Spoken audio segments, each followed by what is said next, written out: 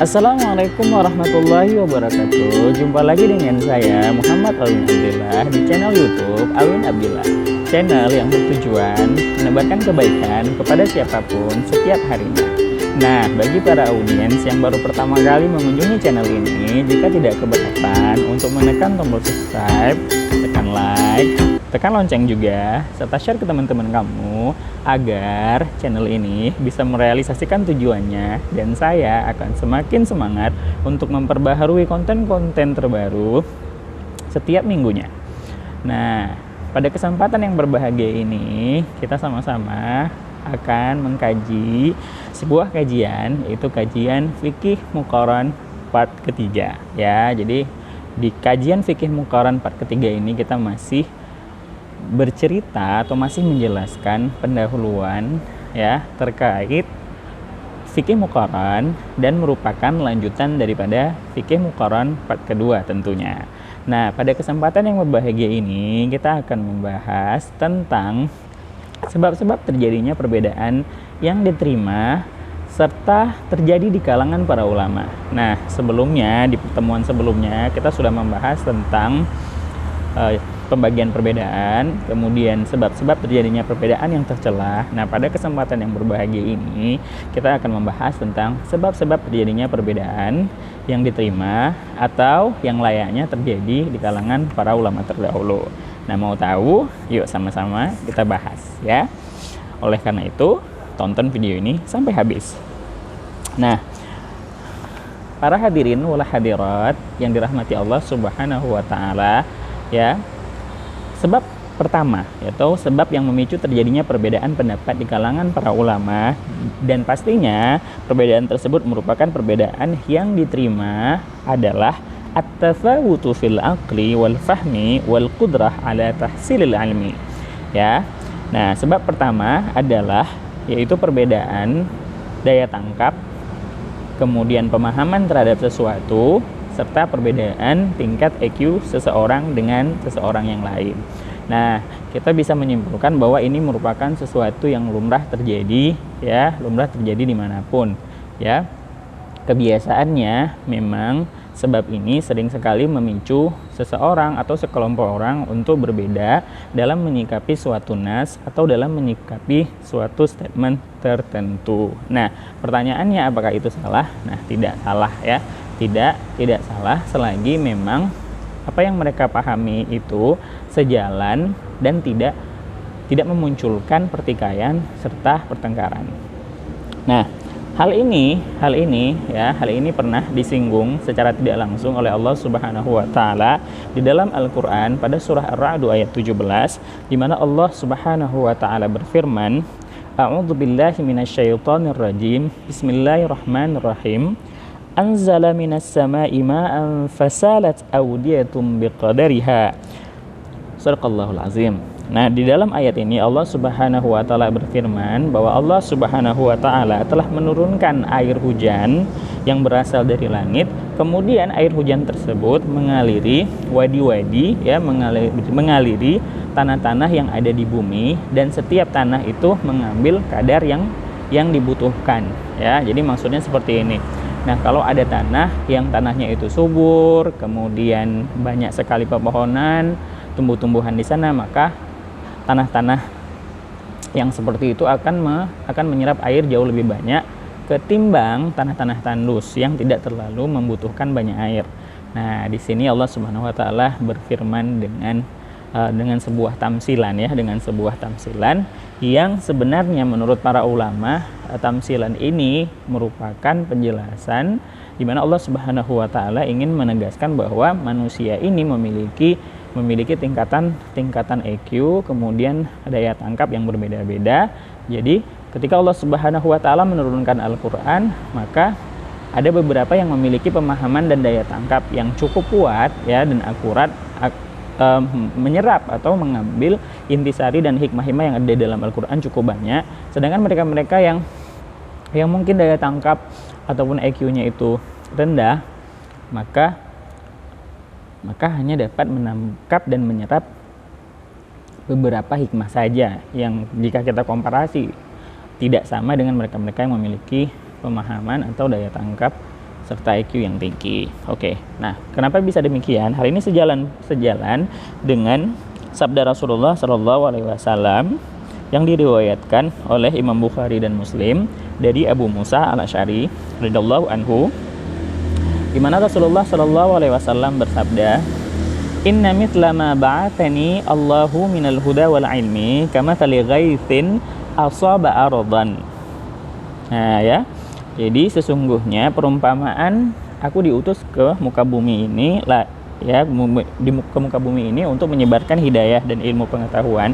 Itu layaknya hujan yang jatuh ke atas tanah.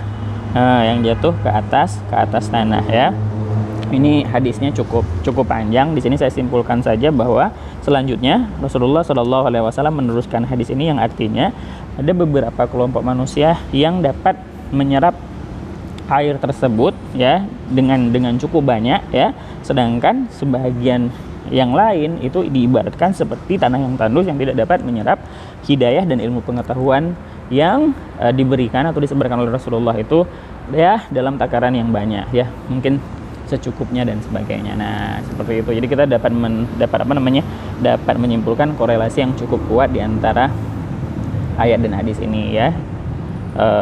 Kesimpulannya adalah daya tangkap dan pemahaman seseorang terhadap sesuatu itu memang memicu terjadinya perbedaan ya, terjadinya perbedaan.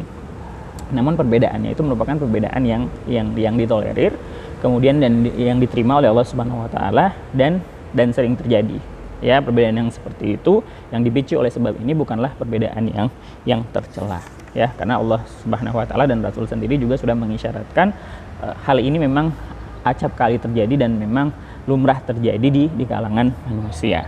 Nah, sekarang kita akan melihat nih kasus ya, contoh kasus di mana para sahabat dahulunya pada masa Rasulullah itu berbeda pendapat dalam satu masalah, dan sebabnya karena perbedaan tingkat pemahaman mereka. Nah, jadi pada suatu hari tepatnya pada perang Khaybar ya, para sahabat pada saat itu mereka memasak daging keledai, yaitu keledai kampung ya, daging keledai kampung. Keledai kampung itu adalah keledai yang saat ini tuh digunakan sebagai alat transportasi di beberapa negara ya, identik dengan hewan idiot, hewan yang bodoh, jorok ya, atau kebanyakan orang juga sering mengistilahkannya dengan istilah kuda pendek. Nah, jadi pada saat itu para sahabat memasak keledai kampung tadi. Dan setibanya Rasulullah Sallallahu Alaihi Wasallam pun langsung menumpahkan isi bejana ya, yang pada saat itu bejana yang mereka pada saat itu mereka sedang memasak keledai kampung ini ya. Jadi mereka sedang memasak keledai kampung di perang Khaybar ya. Pada saat perang Khaybar kemudian Rasulullah datang dan menumpahkan bejana beserta isi dari bejana tersebut yang tidak lain adalah keledai kampung. Nah, namun Rasulullah Shallallahu Alaihi Wasallam tidak menjelaskan dan tidak juga mengklarifikasi apa sebab Rasulullah Shallallahu Alaihi Wasallam melakukan hal tersebut. Ya, otomatis para sahabat pada saat itu paham bahwa keledai kampung itu merupakan makanan yang tidak boleh dikonsumsi. Namun Rasulullah tidak menjelaskan sebabnya apa. Maka dari situlah muncul perbedaan di antara para sahabat pada saat itu dalam menentukan sebab pengharaman keledai kampung. Nah, jadi disinilah terjadi perbedaan ya. Jadi mereka berpendapat sesuai dengan kadar pemahaman mereka, daya tangkap mereka, dan tingkat kecerdasan mereka pada saat itu ya. Jadi muncullah beberapa pendapat pada saat itu pemisah ya. Ada sebagian sahabat yang berpendapat bahwa sebab diharamkannya keledai kampung dikarenakan keledai kampung itu merupakan alat transportasi. Jadi kalau seandainya keledai itu dimakan, lantas masyarakat harus menggunakan alat transportasi apa? Nah, gitu. Jadi ada yang berpendapat bahwa keledai kampung itu merupakan alat transportasi, makanya nggak boleh. Ada yang berpendapat juga bahwa keledai kampung yang mereka masak merupakan harta ghanimah yang belum dibagi 5/5. Nah, sebagaimana yang kita ketahui bahwa ghanimah merupakan harta rampasan perang, ya, harta rampasan perang yang harus dibagi 5/5. 4/5-nya diberikan kepada para mujahid atau para tentara-tentara Islam yang berhasil menaklukkan peperangan, ya, sebagai wujud motivasi ataupun penghargaan terhadap usaha yang telah mereka lakukan. Sedangkan 1/5-nya itu dibagikan kepada asnaf zakat yang terdapat dalam Al-Quran, yaitu para fakir miskin, kemudian ibnu sabil, kemudian para mu'alaf, ya, kemudian mereka yang berhutang dan lain sebagainya, ya. Jadi ternyata keledai kampung yang mereka masak pada saat itu merupakan bagian dari harta ghanimah yang belum dibagi 5/5. Nah, jadi pada saat itu harta belum dibagi, mereka sudah masak.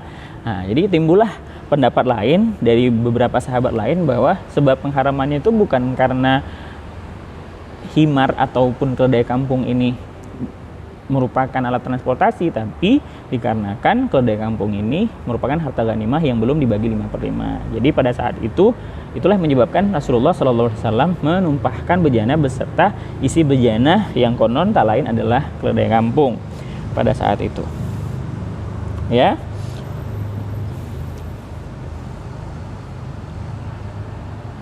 Nah, ada juga beberapa sahabat yang berpendapat pada saat itu, kenapa keledai kampung itu Rasulullah haramkan untuk dikonsumsi, karena keledai kampung merupakan alat angkut, ya. Jadi pada masa itu belum ada truk, ya, belum ada juga jasa-jasa pengiriman.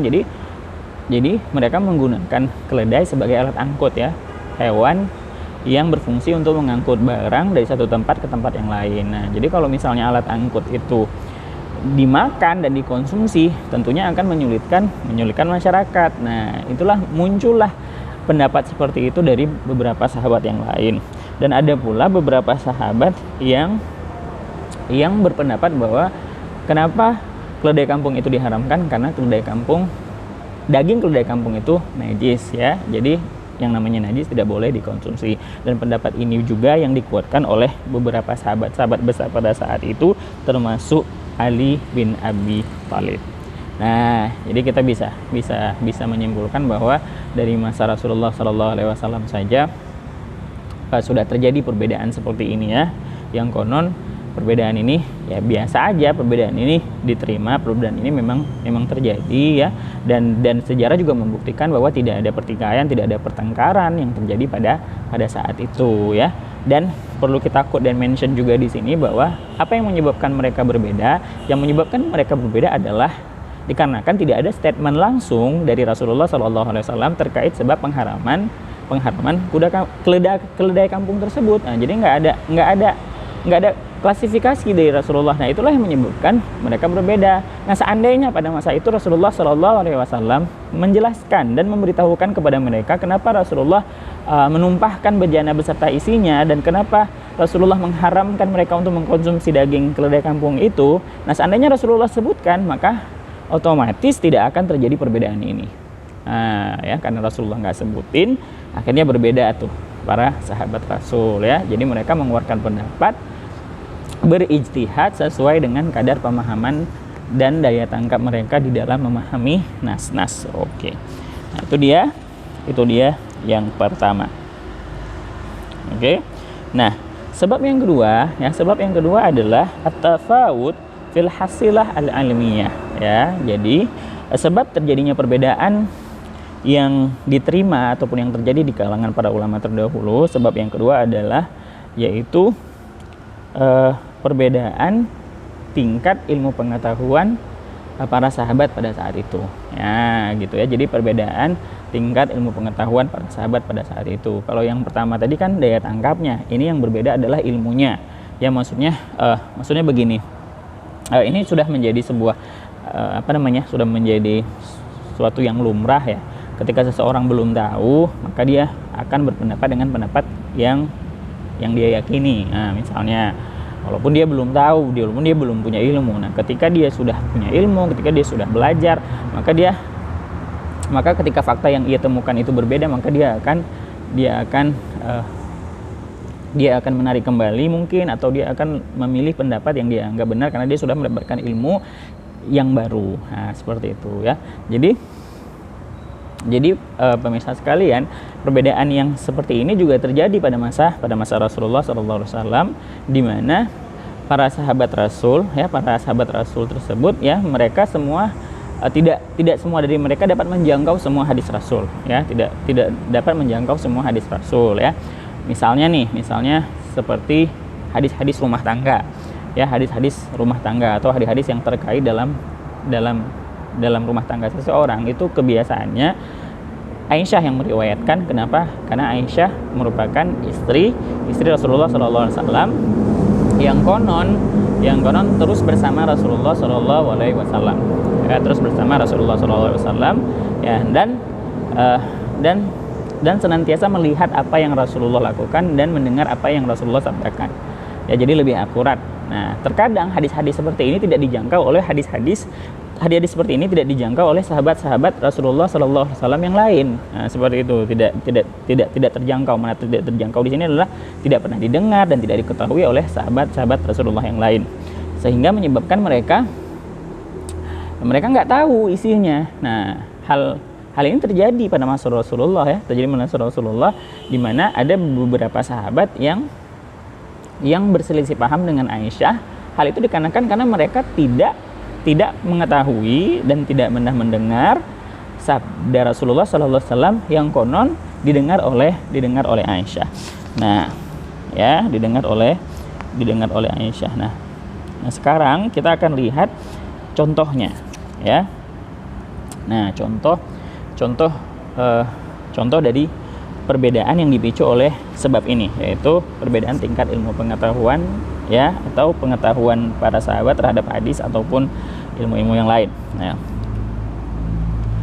ya, jadi dahulu Abu Hurairah radhiyallahu anhu pernah berfatwa bahwasanya barang siapa yang berjunub ketika berpuasa maka batalah puasanya. Nah, gitu. Jadi misalnya seseorang laki-laki berpuasa, tiba-tiba siangnya dia qailulah atau tidur siang ya, kemudian mimpi basah, otomatis berjunub ya, mimpi basah dan berjunub ya, maka menurut Abu Hurairah pada saat itu seseorang laki-laki yang berjunub di siang Ramadan batalah puasanya, dia harus membatalkan puasanya. Nah, sedangkan Aisyah tidak berpendapat seperti itu. Ya, Aisyah berpendapat bahwa seseorang yang junub di tengah Ramadan bukan karena persetubuhan suami istri ya, ya, atau misalnya seseorang melakukan hubungan suami istrinya di malam Ramadan, kemudian tiba-tiba terbangun setelah azan berkumandang, berarti kan sampai azan selesai kedua pasang suami istri tersebut masih dalam kondisi berjunub. Nah, kalau menurut Abu Hurairah ini batal puasa mereka, tapi menurut Aisyah enggak. Kenapa? Karena Aisyah ya pernah mendengar sabda Rasulullah SAW ya, di mana Rasulullah SAW bersabda, wa ana tadrikuni as-shalah wa ana junubun fa'asum. Nah, jadi di sini Rasulullah SAW menegaskan bahwa ya seseorang yang berjunub ketika ia berpuasa, maka junubnya itu tidak membatalkan puasanya. Nah, hadis ini tidak sampai ke Abu Hurairah, pemirsa. Jadi hadis ini tidak sampai ke Abu Hurairah. Abu Hurairah tidak mengetahui bahwa Rasulullah pernah bersabda dengan sabda yang sedemikian rupa. Sedangkan Aisyah tahu dan mendengarnya langsung. Nah, inilah yang menyebabkan kenapa Abu Hurairah dan Aisyah saling berbeda pendapat. Oke. Nah, itu yang pertama. Nah, yang kedua. Nah, kita akan lihat contoh yang kedua, ya. dahulu kala ya, pada masa sahabat ya, pada masa sahabat, Abdullah bin Amr bin As ya, Abdullah bin Amr bin As itu pernah memerintahkan wanita, jika seorang wanita ingin mandi junub, maka apa yang harus ia lakukan? Ia harus menggerai ya, ia harus menggerai rambutnya ya, walaupun sepanjang apa harus digerai, nggak boleh diikat. Nah, kemudian si wanita ini harus mandi dan menyeluruhkan air ke seluruh rambutnya. Nah, itu pendapat dari Abdullah bin Amr bin As ya. Namun pendapat ini diingkari oleh Aisyah ya, diingkari oleh Aisyah radhiyallahu anha. Kenapa? Karena Aisyah pernah mendengar sabda Rasulullah sallallahu alaihi wasallam, di mana Rasulullah sallallahu alaihi wasallam pernah bersabda yang artinya, jika seseorang perempuan memiliki rambut yang panjang, maka cukup rambut tersebut ia ikat atau ya ia kumpulkan menjadi sanggul seperti itu, kemudian si wanita tersebut menuangkan air ke atas rambut tersebut sebanyak 3 kali, itu cukup, that's enough. Nah inilah yang menyebabkan kenapa Aisyah dan Abdullah bin Amr bin As berbeda ya. Abdullah bin Amr bin As tidak pernah mendengar sabda Rasulullah ini, sedangkan Aisyah mendengar sabda Rasulullah tersebut ya, wajar. Nah, kebiasaannya dalam permasalahan seperti ini ya, pendapat Aisyah itu jauh lebih didahulukan ya, pendapat Aisyah itu jauh lebih diutamakan. Kenapa? Karena Aisyah dekat dengan Rasul dan Aisyah adalah istri Rasul ya, adalah istri Rasul yang konon jauh lebih tahu, jauh lebih paham ya hal-hal terkait Rasulullah Shallallahu Alaihi Wasallam. Nah, seperti itu, apalagi urusan kelambu ataupun urusan ranjangnya Rasul ya, urusan ranjangnya Rasul, tentunya yang paling mengetahui itu adalah istri-istri Rasul, salah satunya adalah Sayyidah Aisyah radhiyallahu anha. Oke.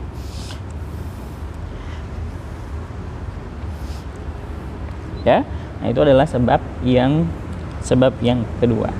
Nah, sebab yang ketiga, sebab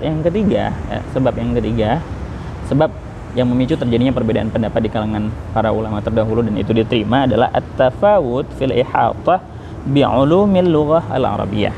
Nah, jadi sebab yang ketiga adalah perbedaan tingkat pemahaman ya atau ilmu pengetahuan para sahabat terkait bahasa Arab. Nah, walaupun para sahabat secara keseluruhan merupakan bangsa Arab ya, tidak semua sahabat itu ahli dalam bidang bahasa Arab ya, karena bahasa Arab ini memiliki banyak disiplin ilmu. Bahasa Arab memiliki disiplin ilmu nahwu, kemudian ada saraf, kemudian ada adab, kemudian ada balaghah dan lain sebagainya. Nah, jadi dan teks Al-Qur'an itu tidak bisa dipahami begitu saja ya, tidak bisa dipahami begitu saja, melainkan mereka-mereka yang menguasai disiplin-disiplin ilmu tersebut, mereka lah yang bisa menafsirkan, kemudian menerjemahkan dan menetapkan hukum-hukum yang ada di dalam Al-Qur'an itu secara seksama atau secara mumpuni. Nah, jadi perbedaan tingkat pemahaman dan tingkat ilmu pengetahuan para sahabat terkait bahasa Arab ini juga merupakan sebab yang memicu terjadinya perbedaan pendapat para sahabat pada saat itu.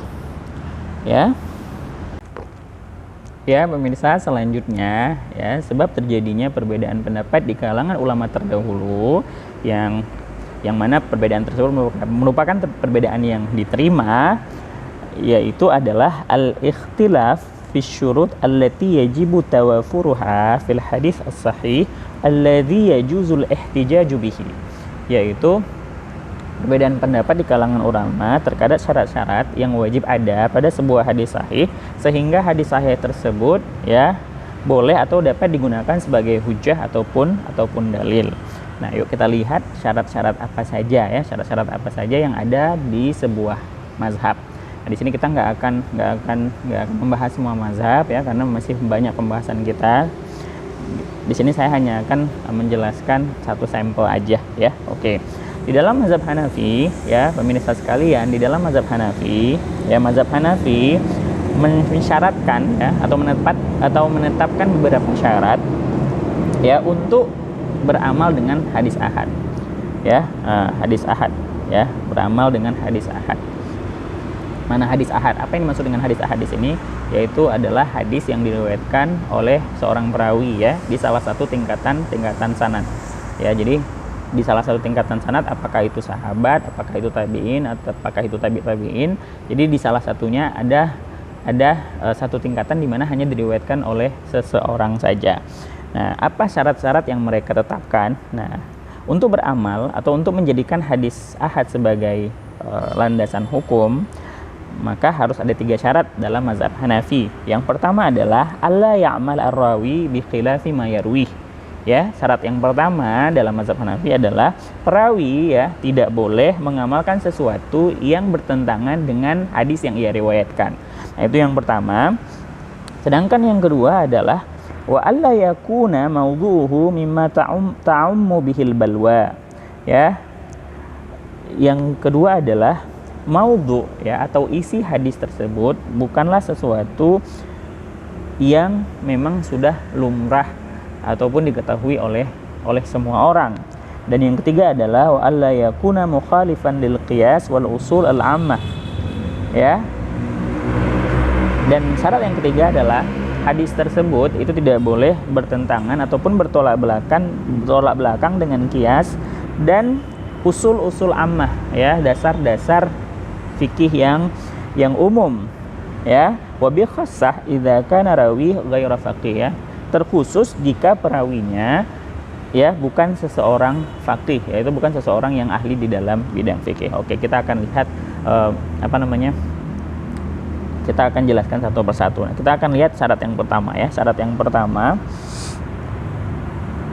di dalam sebab ini yaitu seorang perawi tidak boleh mengamalkan sesuatu yang bertolak belakang dengan apa yang ia riwayatkan. Nah, itu syarat yang pertama. Nah, oke. Karena syarat itulah para pemirsa sekalian, Imam Hanafi tidak mau menggunakan atau tidak mau menjadikan hadis yang diriwayatkan oleh Abu Hurairah sebagai landasan hukum. Hadis apa itu?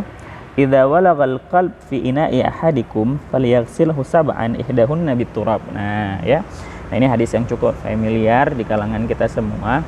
Ya, di mana dalam hadis ini Rasulullah SAW bersabda, jika ada anjing yang menjilat bejana atau wadah salah seorang di antara kamu, maka cucilah wadah atau bejana tersebut sebanyak 7 kali ya, salah satunya dengan menggunakan air yang bercampur dengan tanah. Nah, atau yang kita kenal dengan istilah sama. Nah, tentunya saya yakin semua dari kita itu paham dan mengetahui hadis ini dan isi hadis ini. Ternyata hadis ini tidak digunakan dalam mazhab Hanafi. Kenapa? Karena menurut mazhab Hanafi ya tidak terpenuhi syarat yang pertama, yaitu syarat pertama untuk menggunakan hadis ahad apa? Yaitu si perawi tidak boleh melakukan atau mengamalkan sesuatu yang bertentangan dengan apa yang ia riwayatkan. Nah, hadis ini diriwayatkan oleh Abu Hurairah.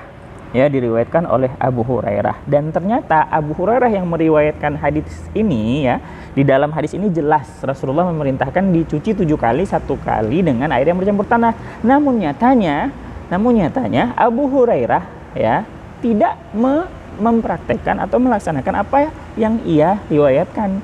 Hadis yang ia riwayatkan, pemirsa, itu terbukti ya bahwa Abu Hurairah ketika bejana ataupun ketika wadah beliau dijilat oleh anjing, maka beliau hanya mencucinya sebanyak 3 kali.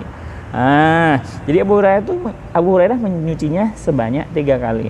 Nah, berarti Abu Hurairah mengamalkan sesuatu yang bertolak belakang dengan hadis yang ia riwayatkan. Nah, karena syarat ini tidak terpenuhi di dalam hadis ini, maka hadis ini tidak dapat dijadikan sebagai hujah.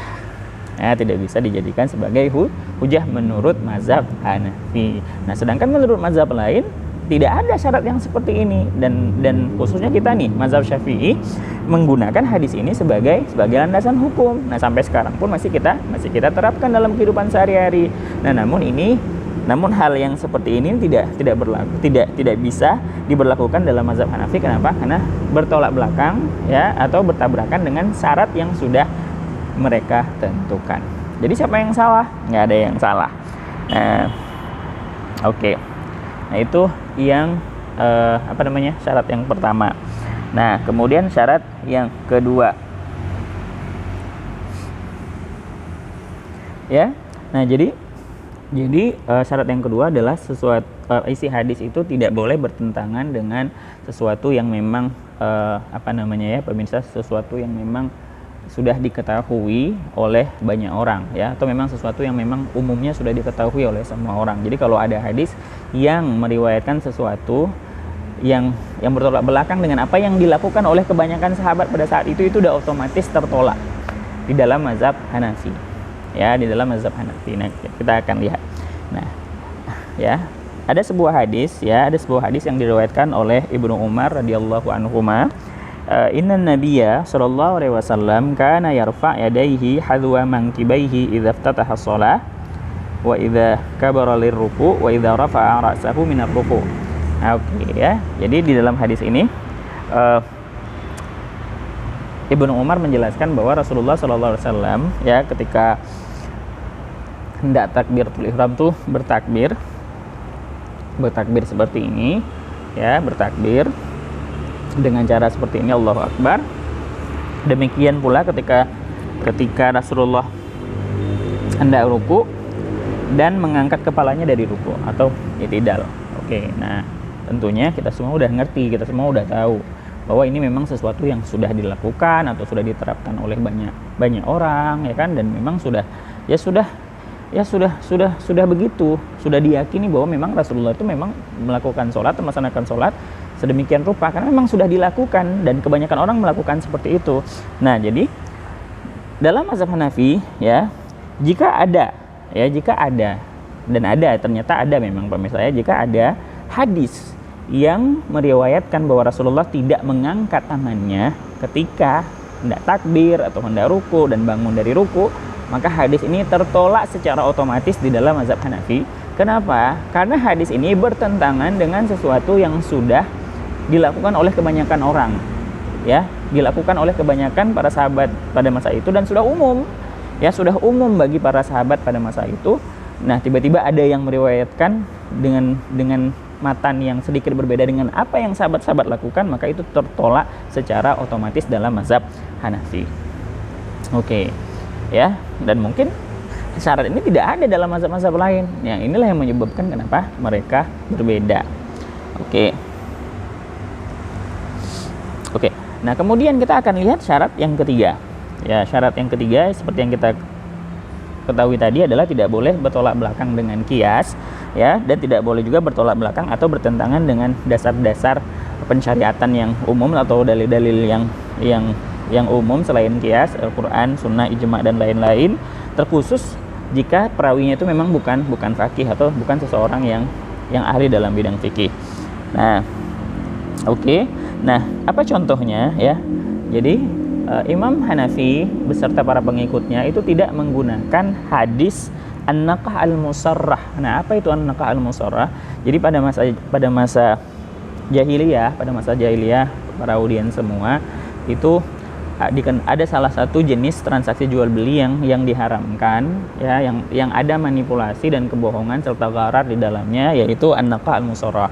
An-naqah al-musarrah ini saya akan deskripsikan sedikit, yaitu seseorang yang mencoba mengelabui konsumen atau calon konsumen dengan cara mengikat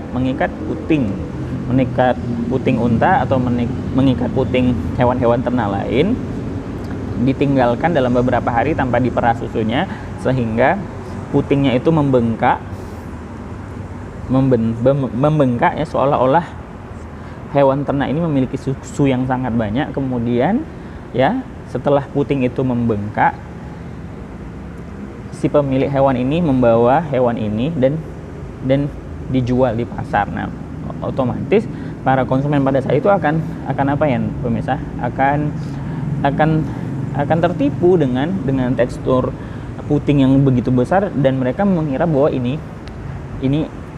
hewan ini pasti bakal menghasilkan banyak susu buat saya. Ternyata ketika diperas karena memang puting hewan tersebut sudah tidak diperas dalam jangka waktu yang cukup lama, mungkin 2 atau 3 hari, maka susu yang keluar pun tidak maksimal dan kebiasaannya bercampur dengan air. Nah, bercampur dengan air. Nah, jika hal ini terjadi, maka apa solusi yang ditawarkan oleh Islam? Nah, Rasulullah Shallallahu Alaihi Wasallam pernah bersabda yang artinya, jika seorang konsumen membeli hewan ternak yang saya sebutkan tadi, kemudian tertipu, tertipu karena memang putingnya sudah diikat dalam jangka waktu yang cukup lama. Nah, maka dia boleh dia boleh mengembalikan, dia punya hak untuk mengembalikan hewan ternak tadi, Nah, dengan satu syarat. Apa syaratnya? Yaitu dia juga harus mengembalikan satu sak kurma. Nah, pemirsa, jadi nggak boleh hewan ternak itu dikembalikan begitu saja. Namun si pembeli tadi yang sudah tertipu harus mengganti rugi susu yang sudah ia peras, walaupun susunya itu bukan susu yang mungkin bisa dikonsumsi atau susu yang maksimal, melainkan susu yang bercampur air, itu harus ia kembalikan, ya. Hewan tersebut harus ia kembalikan, dan ganti rugi susu yang sudah ia perah itu ia juga harus mengembalikan satu sak kurma kepada si penjual yang sudah mengelabuinya tadi. Oke, ya. Nah, ternyata hadis ini tidak diterima, tidak dapat diterima oleh mazhab Hanafi. Kenapa? Karena bertentangan dengan qiyas. Kenapa bertentangan dengan qiyas? Nah, seharusnya